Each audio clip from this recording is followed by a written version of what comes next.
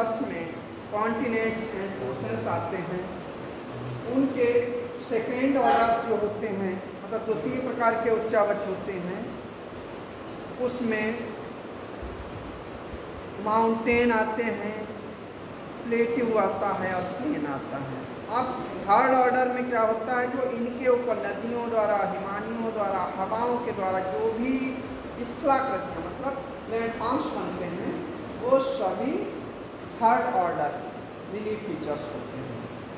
अब हम देखेंगे कि ये बनते ही क्यों हैं। पहली बात ये है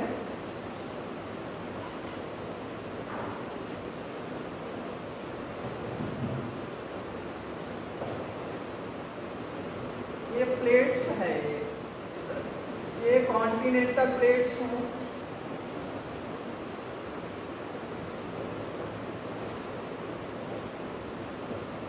ये कॉन्टिनेंटल मतलब महाद्वीपीय प्लेट है, और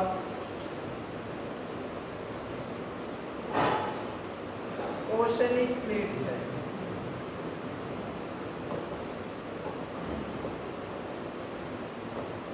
इसमें क्या हो रहा है, ये सबमर्ज हो रही है, इस साइड पर धीरे धीरे बढ़ रही है, और ये नीचे की तरफ सबसाइडेंस हो रही है। धीरे धीरे ये जब भाग इससे जुड़ता है तो इस तरीके की आकृतियाँ बनने लगती हैं, ऊपर पहुँचती हैं, जिससे माउंटेन का निर्माण होता है। ये माउंटेन रेंज में कहीं शायद पाए जाते हैं जो हमारे आस सरफेस के स्ट्रक्चर पर पाए जाते हैं, मतलब हमारी सतह पर जो भी कण पाए जाएंगे मिट्टी के, वो ही वहाँ भी पाए जाएंगे। जब उनमें अधिक दबाव पड़ता है तो वो संघनित अधिक होते हैं, जैसे वो स्टोन का रूप ले लेते हैं, मतलब पत्थर बन जाते हैं। जो भी वर्ड समझ ना आए उसे रिवाइज कराएंगे कि ये वर्ड बोल रहे हैं, वो हम नहीं समझ पाए। जब तक आप नहीं समझेंगे हम बता देंगे आपको। ये जहाँ आज हिमालय है, वहाँ पहले टेथिस सागर था। गोंडवाना लैंड और अंगारा लैंड के सबसाइडेंट दबाव के कारण जो बीच का भाग था ऊपर की तरफ उभर गया और हिमालय का निर्माण हुआ, जिसमें कुनलुन पर्वत, ध्यानशान, अल्टाई आज सभी फोल्डेड माउंटेन्स ही हैं। ये हम बता भी चुके हैं पहले। तो आज हम डिजर्ट को आपको बताएंगे। पहले तो समझिए ये क्या है, डिजर्ट क्या होता है, मरुस्थल किसे कहेंगे, नोट कर लीजिए। मरुस्थल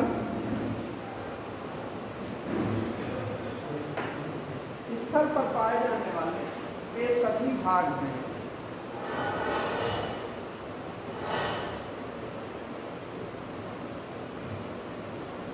जहाँ कम मात्रा में वृक्ष उगते हैं और रेनफॉल मतलब वर्षा कम होती है। रेनफॉल मतलब वर्षा कम होती है ऐसे क्षेत्रों में जहाँ वर्षा कम होती है। मरुस्थल कितने प्रकार के होते हैं, वो मेनली 2 टाइप्स होते हैं, फिर उनके स्ट्रक्चर अब वो अभी बता देंगे कितने टाइप्स होते हैं। मेन 2 टाइप्स होते हैं, कौन कौन से, एक ठंडा मरुस्थल, गर्म मरुस्थल और ठंडा मरुस्थल।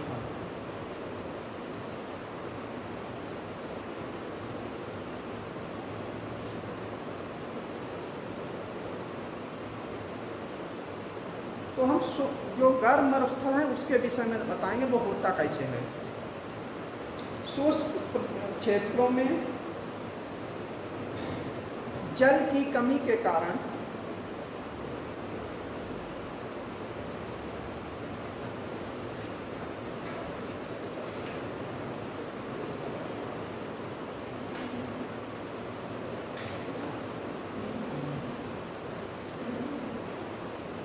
वहाँ विशेष प्रकार की स्थलाकृतियाँ पाई जाती हैं।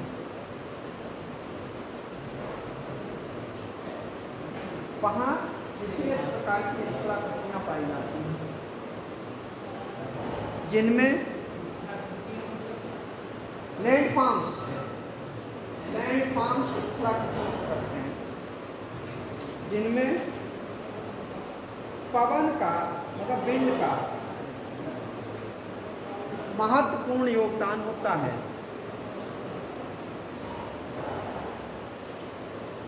अतः शुष्क लैंडफॉर्म्स को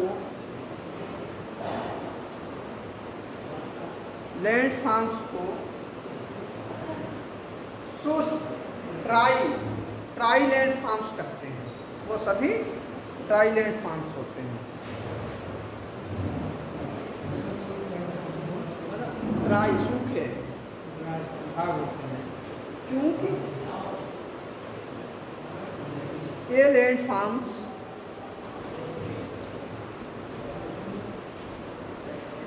ऐसी मरुस्थलीय दशाओं को जन्म देते हैं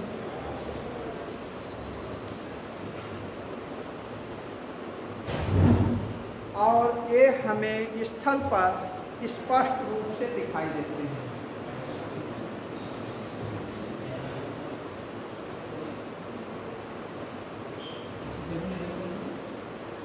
तथा हमें स्थल पर स्पष्ट रूप से देखने को मिलते हैं या दिखाई देते हैं।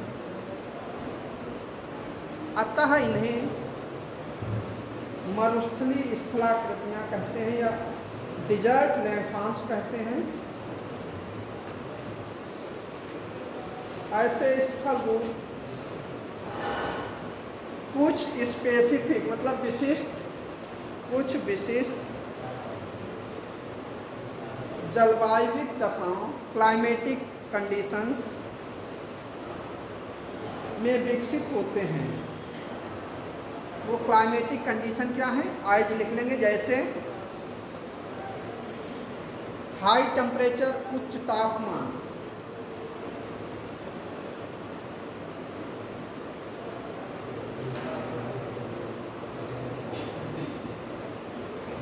लो ह्यूमिडिटी निम्न आर्द्रता,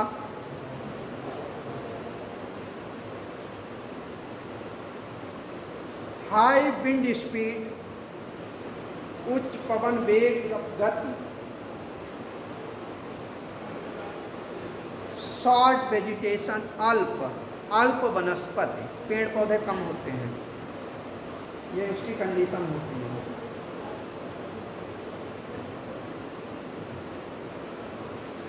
अल्प वनस्पति आवरण, स्थलाकृति विकास, स्थलाकृति में लैंडफॉर्म्स का विकास होता है।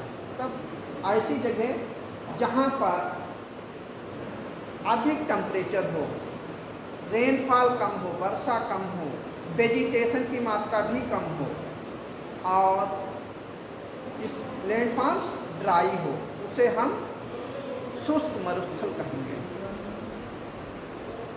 विकास में जल की भूमिका क्या लिखा था, जलवायु दशाओं को विकसित होते हैं।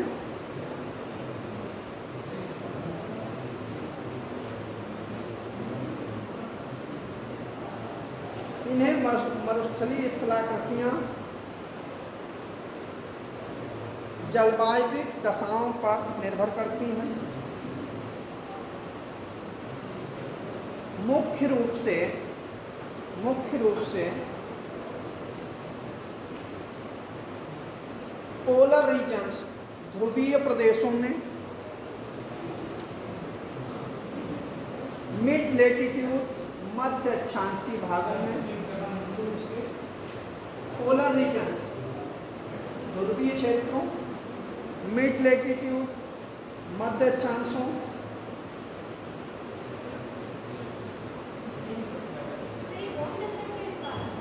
ये नहीं वो उसकी कंडीशन को बता रहे हैं केवल, वो उसमें जोड़ेंगे नहीं, वो अलग रखेंगे। कॉन्टिनेंटल रीजन्स महाद्वीपीय प्रदेश,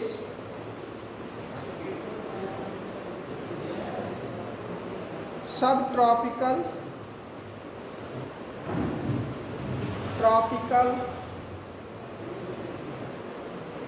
क्षेत्र एवं कोस्टल रीजन्स तटवर्तीय भाग में पाई जाती है।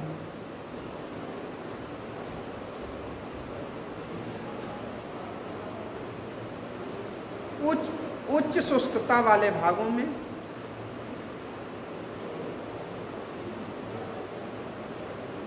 धरातलीय विशेषताएं भी स्पेसिफिक मतलब विशिष्ट होती हैं। धरातलीय विशेषताएं भी विशिष्ट रूप में पाई जाती हैं। जैसे ये पूरा प्लेटफॉर्म्स है, इसके ऊपर ये रेत के कण पड़े हुए हैं, जिससे हवा में काफ़ी अधिक यहाँ से हवाएं चल रही हैं इस साइड से, इसकी यहाँ पर इन्होंने दबाव डाला जिससे ये कण उठ गए और यहाँ पर सैंड ड्यून्स का निर्माण कर दिया। ये मालूम होगा जैसे उपले वाला, उपले का वो ढेर लगाते हैं वैसा आकार में डिजर्ट में दिखाई देगा, सैंड ड्यून्स बनते हैं। और इसके बाद अगर कोई ट्रॉपिकल इसमें कोई माउंटेन पड़ रहा है तो हवाएं कभी इधर से कटान करेंगी कभी इधर से करेंगी, तो ये इस एक टिपहल की तरह आकृति बन जाएगी जिसे ट्राइकांटर कहेंगे। और जब इस पर चारों तरफ से दबाव डालेंगे तो एक कोना बनेगा, तो उसे एनकाउंटर कहेंगे, एनकाउंटर या ट्राइकांटर कहेंगे। फिर देखेंगे कि ये जमीन बिल्कुल बराबर करेगा, जिससे हमादा का निर्माण होगा। अभी नोट कराएंगे, समझ पहले बता देंगे फिर नोट भी करा देंगे। कोई भी वर्ड अगर समझ ना आए उसे डायग्राम से एक्सप्लेन करेंगे, लेकिन आ जाना चाहिए आपको। फिर इसके बाद कभी कभी ऊपर हार्ड रॉक्स और बीच में सॉफ्ट रॉक्स होती हैं। जैसे मान लीजिए एक कोई रॉक्स पहले ऐसे खड़ी थी, इस तरीके से मान लीजिए रॉक्स थी, यहाँ पर डिजर्ट नहीं था उस समय। और जो हवाएं हैं, हवाएं क्यों चलती हैं ये बताएंगे आप? हवाएं क्यों चलती हैं? प्रेशर डिफरेंस होने की वजह से। प्रेशर का डिफरेंस होता है, high pressure and low pressure. जिस तरीके से हम देखते हैं इस तरीके से क्वेरल कराते हैं तो जो कमज़ोर होता है उसे ही हाई वाला लो को पीछे की तरफ धकेलता है। इसी तरीके से प्रेशर के अकॉर्डिंग ही फील्ड्स चलती हैं। इसमें क्या होता है, जब ये तेज जब यहाँ पर लो बिल्कुल लो प्रेशर होता है तो वहाँ पर इनकी स्पीड बहुत ज़्यादा हो जाती है, जिससे ये मिट्टी के कण यहाँ से उठाकर इस भाग को, जैसे कभी हम तूफान के समय देखेंगे हवाएं चलती होंगी तो देखेंगे पैरों पर दबाव कम डालेंगे और सिर पर कम डालेंगे, बीच वाले भाग में अधिक दबाव पड़ता है। इसी तरीके से इसका एक बीच का भाग धीरे धीरे घिसने लगता है और ये चारों तरफ से घिसता है और एक आकृति का निर्माण हो जाता है। इसे हम मशरूम रॉक्स कहते हैं। क्या कहते हैं? Mushroom rocks. छत्रक शिला हिंदी में कहेंगे, ये छत्रक शिला का निर्माण हो जाता है। और कहीं कहीं पर ड्रम में जो होता है इनिशियल वर्क का निर्माण करते हैं, जो स्तंभ जैसे दिखाई देने लगेंगे। ये मुख्यतः हवाओं का ही वर्क होता है।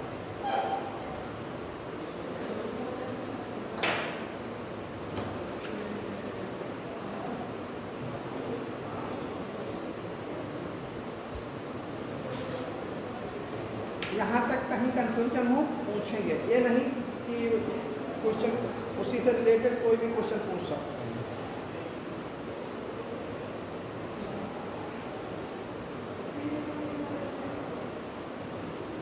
एग्जाम्पल में लिख लेंगे रेत युक्त धरातल, जहाँ पे नोट करा रहे थे उससे आगे नोट करेंगे। रेत युक्त धरातल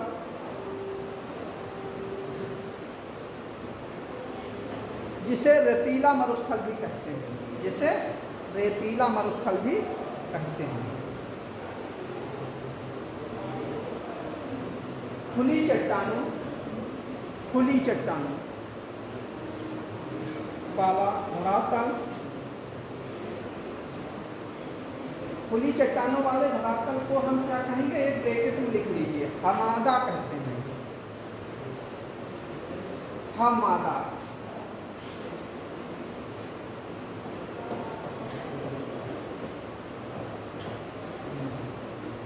हमादा, इसका नाम हमादा होता है।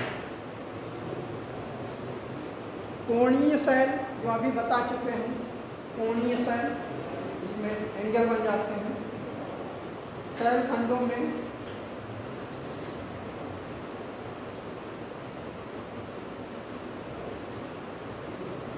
कोणीय शैल से युक्त धरातल को जिन्हें रेंग कहते हैं, रेंग कहते हैं। फिर आता है साल्ट पेन। साल्ट पेन जानते हैं? लवणीय पटल, पेन बनाई भरने वाला होता है कूड़ा, इस तरह से उसको लेकर युक्त धरातल जैसे साल्ट पेन, या हिंदी में लिख लेंगे लवणीय पटल युक्त धरातल जैसे दस्त ए काबिर, दस्त ए काबिर। क्या चीज है दस्त ए काबिर? डिजर्ट का नाम है, ये ईरान में पड़ता है। ऐसे ही क्वेश्चन करेंगे कि हम वर्ड बोलेंगे अनलिमिटेड, उसे पूछेंगे है कहाँ, कैसे बना। अगर ये भी दिमाग पे आ रहा है क्वेश्चन कि वो बना कैसे, वो भी पूछ लेंगे ये किस कारण बना है। या लवणीय दलदल युक्त, लवणीय दलदल युक्त धरातल जैसे अपने इंडिया में कच्छ का रण, ये वाला भाग,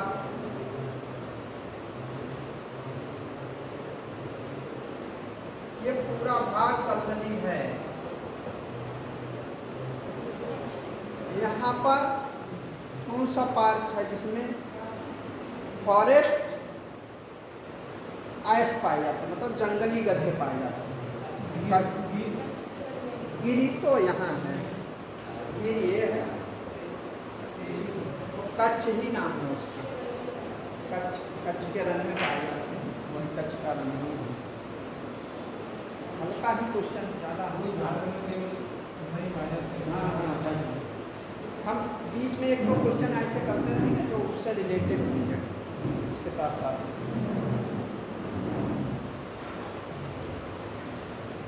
अब पहले हम बताएंगे आपको मरुस्थल, जो गर्म मरुस्थल है वो कहाँ बने हैं, कैसे बने हैं, क्यों बने हैं। इसके लिए हम कॉन्टिनेंटल शेल्फ में देखेंगे कि चाहे वो इंडियन ओशन हो, पैसिफिक ओशन हो, अटलांटिक ओशन हो, इसके सभी बेस्ट, सभी महाद्वीपों के पश्चिमी भागों पर ठंडी जलधाराएं बहती हैं। और जब ठंडी जलधारा बहती है तो एवापोरेशन कम होता है, और एवापोरेशन कम होता है तो ह्यूमिडिटी सरफेस पर कम हो जाती है। इससे सभी महाद्वीपों के पश्चिमी भागों पर शुष्क मरुस्थल पाए जाते हैं। अगर इधर देखेंगे कि पेरू की धारा बह रही है तो वहीं एंडीज के बाद अटाकामा, चिली वाला मरुस्थल और पैटागोनिया, ये सब उसी रेंज में पाए जाएंगे। अगर हम अटलांटिक ओशन में देखेंगे तो यहाँ पर हमबोल्ड के बाद की जो धाराएं आती हैं, ठंडी धाराएं, नीचे के भाग में जो इक्वेटर से नीचे का भाग है वहाँ अटाकामा नामक मरुस्थल पाया जाता है। अटाकामा डिजर्ट अमेरिका का, और वहीं तकला मकान, तकला मकान का नाम सुना होगा, ये भी पाया जाता है। अभी सभी डिजर्ट को किस देश में पाया जाता है, कितना एरिया है, ये सब नोट करा देंगे। पहले मालूम होगा आपको कि विश्व में के टोटल एरिया पर में कितने % डिजर्ट पाया जाता है, फिर किस किस महाद्वीप में कितने % पाया जाता है, फिर वो डिजर्ट हैं वो हैं कहाँ, और क्या उनकी वो है, ये पहले थोड़ा करा देंगे फिर आएंगे। और भी कोई क्वेश्चन रहे तो पूछ लेंगे। में डिजर्ट क्या होते हैं, इनको कई भाग में बांट सकते हैं हम 3 तरीके से। एक डायग्राम बनाएंगे।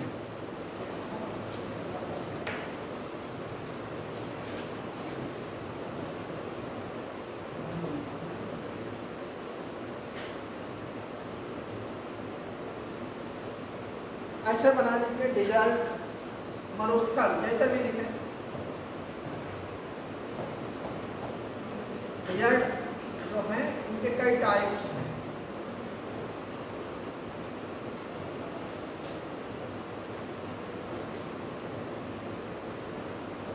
अब इसमें भी कई आएंगे। इसमें मेनली सबसे पहले देखेंगे बेसिस ऑफ लोकेशन। अब स्थिति के आधार पर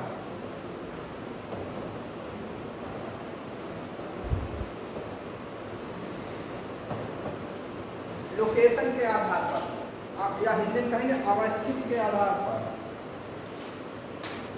basis of climate.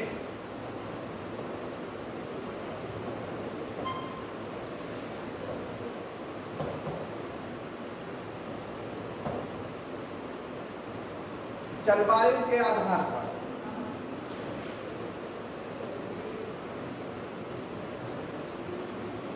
Earth surface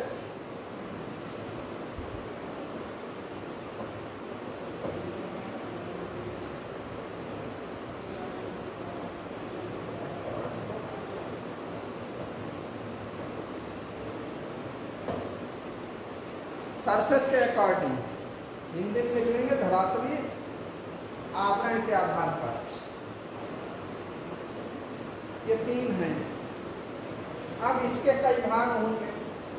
अब इसमें लिखते रहेंगे, हम बताते रहेंगे क्या क्या है उनके नाम। पहले भी नोट कर लेंगे।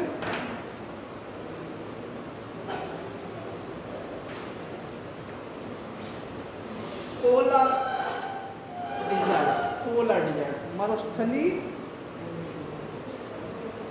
ध्रुवीय मरुस्थल, जैसे अंटार्कटिका और ग्रीनलैंड। और वैसे हैं तो कई, आर्कटिक भी है, मगर 2 लिखते रहो लगभग।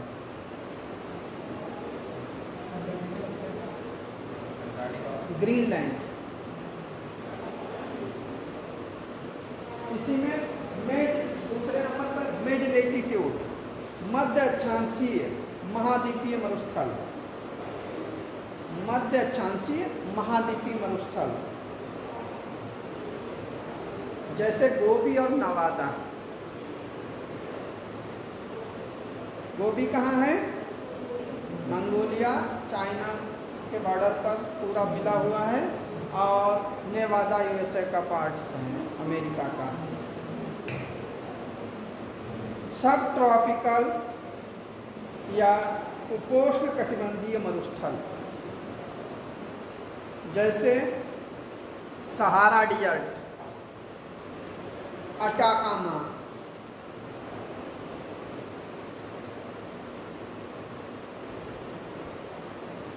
इसके बाद आते हैं कोस्टल डिजर्ट, तटवर्तीय मरुस्थल।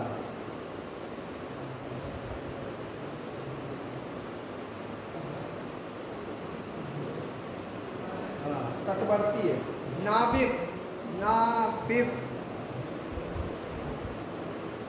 Atacama, California. इसके 4 हो गए होंगे पार्ट्स। इसमें इतने ही नहीं, और हैं एग्जाम्पल में 1-2 लिखा नोट कराए हैं, काफ़ी हैं। और जो मेन होंगे वो हम नोट करा देंगे उनकी एक टेबल जैसे। अब अकॉर्डिंग टू क्लाइमेट कौन से हैं? भूआकृति वैज्ञानिक जैसे जियोमॉर्फोलॉजिस्ट एज अंटार्कटिका। अंटार्कटिका पूरा किसके लिए है? वैज्ञानिकों के लिए है। जियोमॉर्फोलॉजी भूआकृतिक कितनी आकृतियाँ हैं उसमें, वो सब एज अंटार्कटिका। जितने परीक्षण होते हैं वो सभी अंटार्कटिका पे होते हैं।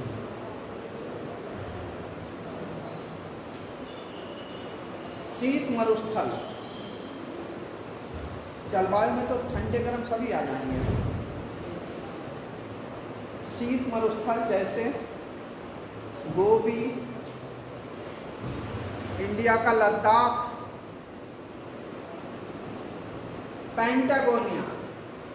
इंडिया में जो लद्दाख का पार्ट पड़ता है वो ये वाला है, यहाँ का पूरा ये इतना भाग आएगा। यहाँ पर ये साल्ट लेक है, नमक झील, और ये स्पीति नदी है, स्वयंती स्पीति नदियाँ, ये पूरी ग्लेशियर से बनी हुई है। और मैप पर देखेंगे तो एक पतली लाइन से दिखेंगी, जल्दी नहीं दिखती हैं। और ऐसी ही जो कम दिखने वाली चीज़ें होती हैं तो हमें एग्जाम में दिखाई देती, तो लगता है कि हमने इसे पढ़ा नहीं है। तो यहाँ तक क्लियर है लद्दाख का पार्ट। अगर ना हो तो पूरा हमसे बताएंगे, पूरा जब तक समझ ना आए पूछते रहेंगे। उसके बाद शीत मरुस्थल हो गए, गोबी, लद्दाख, पैंटागोनिया। गर्म मरुस्थल, इसके नीचे चौथे नंबर पे आएंगे गर्म मरुस्थल। अब हम नाम बोलेंगे, आप हमें कॉन्टिनेंट तो बता ही देंगे, देश ना बताना। सिम्पसन, गिब्सन, रूब अल खाली, अरब का, ईरान में ही थोड़ा पार्ट आ जाता है। सब सही बताया, वो भी ऑस्ट्रेलिया के हैं दोनों।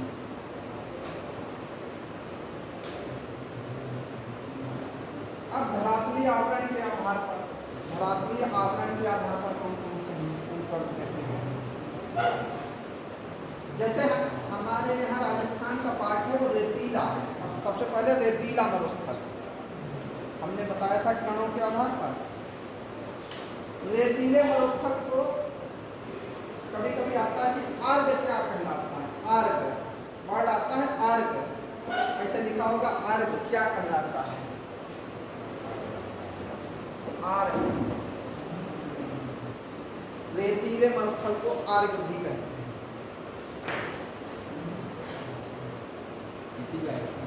हाँ, रेतीले मरुस्थल में इसका नाम रेतीला मरुस्थल इतनी बड़ी हिंदी हो गई, या सैंडी डिजर्ट, और इंग्लिश में या हिंदी में दोनों में आर्ग ही कहा जाता है। ब्रैकेट में क्या लिखेंगे, आर्ग। क्वेश्चन बना था एक बार, व्हाट आर आर्ग, आर्ग क्या है। आर्ग सैंडी डिजर्ट होता है। जैसे रूब अल खाली, डिजर्ट का एक एग्जाम्पल हमने दिया, रूब अल खाली। अरबी नाम है तो समझ ही रहे हैं कहाँ है, अरब के पास पहुंच गए ईरान। शैलयुक्त मरुस्थल, शैलयुक्त मरुस्थल, अभी इसका नाम हमने पहले लिख के दिया था, हममादा। इसका नाम क्या होता है, हममादा, बता दिया था। जैसे सहारा डिजर्ट,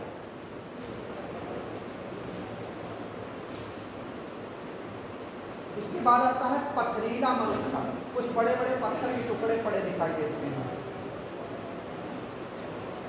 पथरीले मरुस्थल को अभी हमने नोट कराया था, क्या कहते हैं पथरीले मरुस्थल को, रैन कहते हैं। रैन लिख लो। जैसे सिनाई, नेगेव, सिनाई, नेगेव। ये नेगेव कहाँ है, नेगेव का लिखते हैं इस तरीके से।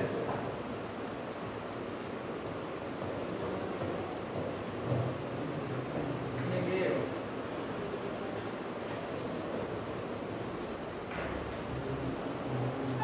इजराइल में, नोट कर लेना, इजराइल में है नेगेव, इजराइल का। इसके बाद आते हैं सॉल्टी डिजर्ट, लवणीय मरुस्थल।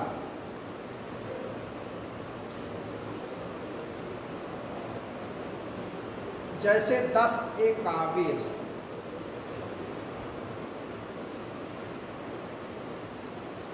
दस्त-ए-कबीर लिख लेंगे तब भी कोई नहीं, काबिर लिखते हैं, कबीर लिखते हैं तब भी कोई बोलने में डिफरेंस हो जाता है।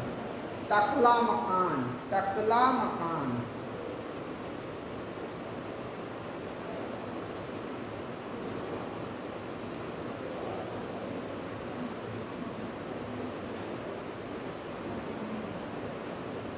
लवणीय दलदल, ये लास्ट होगा। लवणीय दलदल फिर वही आ जाएगा, कच्छ का रंग।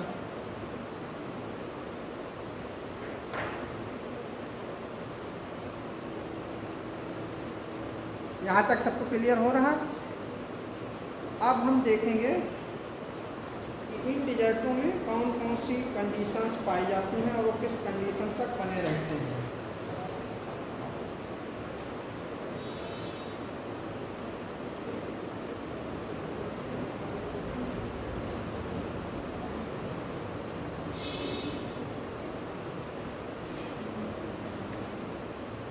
पेडिमेंट अपलैंड, पेडिमेंट अपलैंड में कहते हैं पर्वत पदीय उच्च भूमि, हिंदी में पर्वत पदीय उच्च भूमि।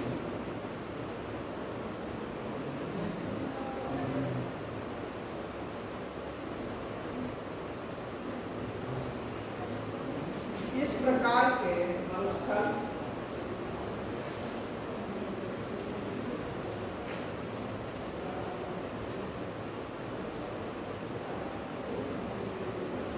उच्चावच का भूवैज्ञानिक नियंत्रण महत्वपूर्ण होता है। उच्चावच का नियंत्रण महत्वपूर्ण होता है।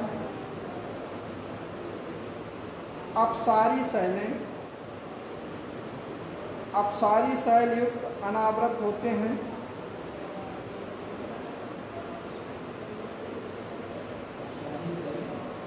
अनावृत होते हैं मतलब उनके ऊपर कोई चीज़ नहीं होती, खाली खुले हुए होते हैं।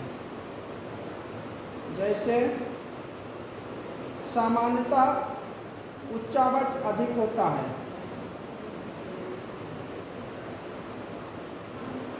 सामान्यतः मतलब जनरली अपलैंड होते हैं, मतलब ऊंचे भाग होते हैं, उच्चावच अधिक होता है। उच्चावच तो सभी समझते होंगे, रिलीफ फीचर्स आपको समझ में आते हैं। उच्चावच पहाड़ क्या है, उच्चावच हैं। तालाब क्या है बताइए, तालाब किसे क्या है कुछ नहीं। रिवर नदी क्या है,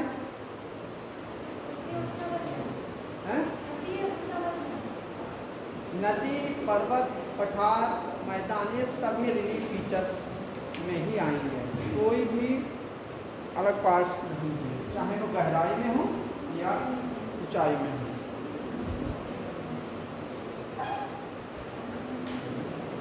इसके बाद आएंगे मरुस्थली पर्वतपात, डिजर्ट पेडिमेंट्स,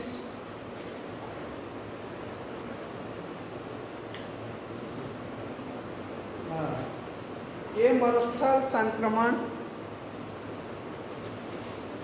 क्षेत्र वाले होते हैं जो उच्च भूमियों से ढाल में परिवर्तन के द्वारा अलग होते हैं, लेकिन जो मलबे एवं अफवाह की प्राप्ति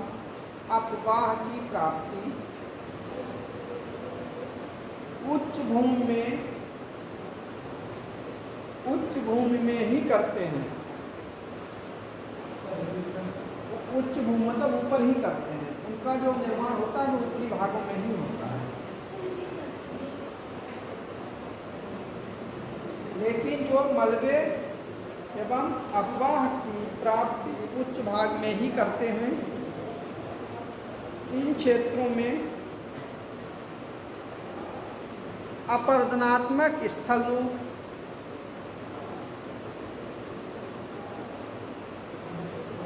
जैसे पेडिमेंट्स, हिंदी में लिख लेंगे पर्वतपाद। अब बात क्लियर होगा पर्वतपाद सभी को? नहीं बेटा, पर्वतपाद क्लियर नहीं है आपको, अप्रोच भी नहीं हमसे रहेंगे, बताइए नहीं। देखिए जैसे हम लोगों का पर्वत है, मान लीजिए हमारा शरीर पर्वत है, अब इस पे बना के बताएंगे। ये पर्वत बना हुआ है, ठीक है, और इसके पर्वत का सिर है, इससे नीचे जो आ रहा है ये मैदान बन रहा है, ये पर्वत पाद मतलब उसके पैर पर बना हुआ पेडिमेंट्स। कोई भी बर्ड जब हमारी आंखें पड़ जाएंगी चेहरे पे तो हम जान लेंगे कि नहीं समझ में आया, पूछ लिया कर। आप पढ़ाने के लिए हम हैं, ये नहीं कि आप ना पूछें, ज़रूर पूछें। और अगर हमारी लैंग्वेज से नहीं समझ पाएंगे तो डायग्राम से समझाएंगे। जी उच्चावच में ऑलरेडी फीचर्स वो होते हैं जिसमें पर्वत, पठार, मैदान, नदियाँ, गर्त, वो सभी उच्चावच में आते हैं। किस आधार पर कहा जाता है ये उच्चावच है? जैसे कोई क्राइटेरिया तो बताऊंगा कि हाँ ये उच्चावच है। हिप्सोमेट्रिक कर्व होता है, ये देखिए हिप्सोमेट्रिक कर्व इसे होता है, फिर ये देखिए हिप्सोमेट्रिक कर्व एक मान लीजिए सी लाइन है, सी लेवल से हम हाइट को और डेप्थ को मेजर करते हैं। तो जो ऊपर उठा हुआ भाग है ये पर्वत है, इससे थोड़ा नीचा है ये पहाड़ी है, ये पठार है, ये मैदान है, और फिर एक समुद्र में आ गए, ठीक है। इसी समुद्र में मेरियाना है, सुंडा है, कमचटका है, बहुत सी खाइयाँ हैं। तो ये इससे चाहे ऊपर हो या नीचे की तरफ हो, लेफ्ट में, हम उसका नाम रिलीफ फीचर या उच्चावच ही कहेंगे। और जो इस पर बना होगा वो डेटम लाइन कहलाएगा, वो सरफेस कहलाएगा, प्लेन कहलाएगा, उस पर कोई आपत्ति नहीं। बहुत अच्छा क्वेश्चन। इसी तरीके से जो भी चीज़ें क्लियर नहीं उन्हें क्लियर करना बहुत जरूरी है।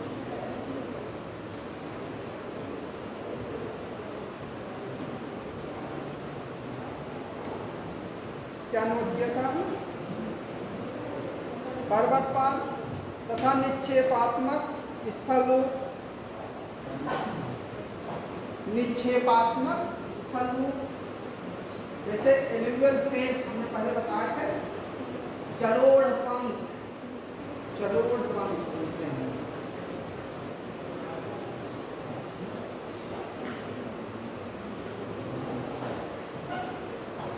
इसके बाद आता है स्टोनी डिजर्ट, पथरीला मरुस्थल, पथरीला मरुस्थल।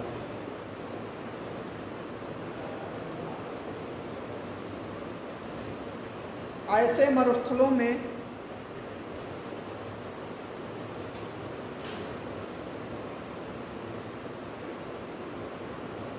पथरीले मैदान एवं संरचनात्मक पठार पाए जाते हैं।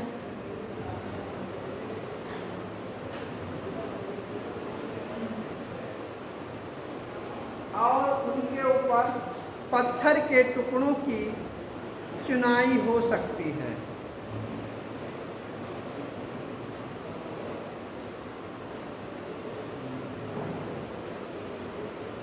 मरुस्थली नदी एवं बाढ़ मैदान,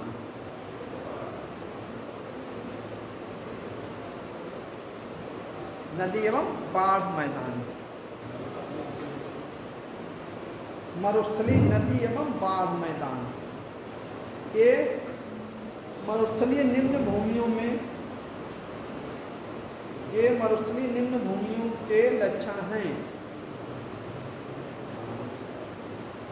भूमि मतलब लोलैंड है, गहराई में जो है वहाँ पे। अच्छा ये बताएंगे इंडिया का सबसे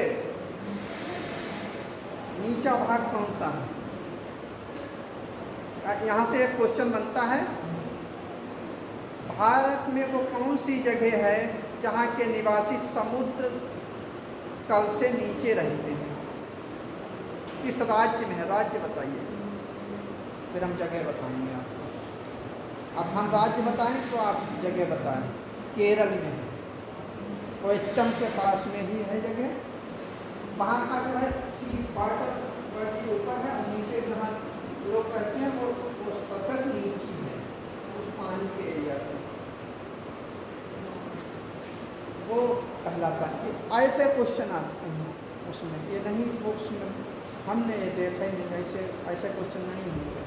जो जनरल क्वेश्चन होते हैं नहीं आते हैं अधिकतर, और लगातार अगर कहीं बताएंगे तो समझ में नहीं आएगा, सब ऐसा लगेगा कि बहुत हार्डनेस। तभी अब बीच बीच में 2-4 क्वेश्चन लगाते रहते हैं, देखते हैं कि जब उससे रिलेशन होता है तो वहीं एक क्वेश्चन बना देते हैं। इसे लिख लिया करें, जो ऐसे क्वेश्चन बोला करें उन्हें लिखा करें।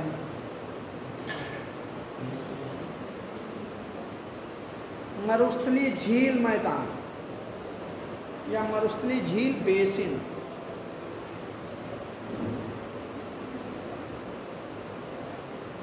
ये निम्न भूमि या अवगमन हैं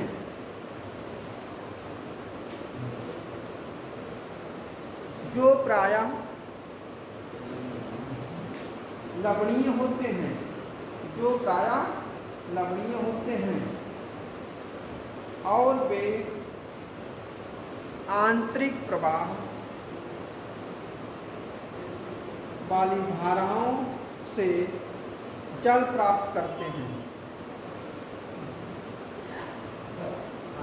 आंतरिक जलधाराओं से जल प्राप्त करते हैं। लास्ट बचा है रेतीला मरुस्थल।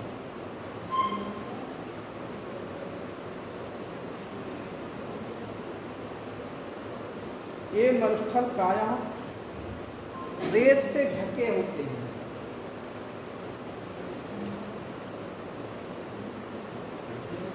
रेत से ढके होते हैं तथा उनमें बालुका स्तूपों की अभी स्तूप बना के हमने दिखाया था। हाँ, बालुका स्तूपों की बहुतायत होती है। इन पर पवन की गतिविधियां अधिक क्रियाशील होती हैं।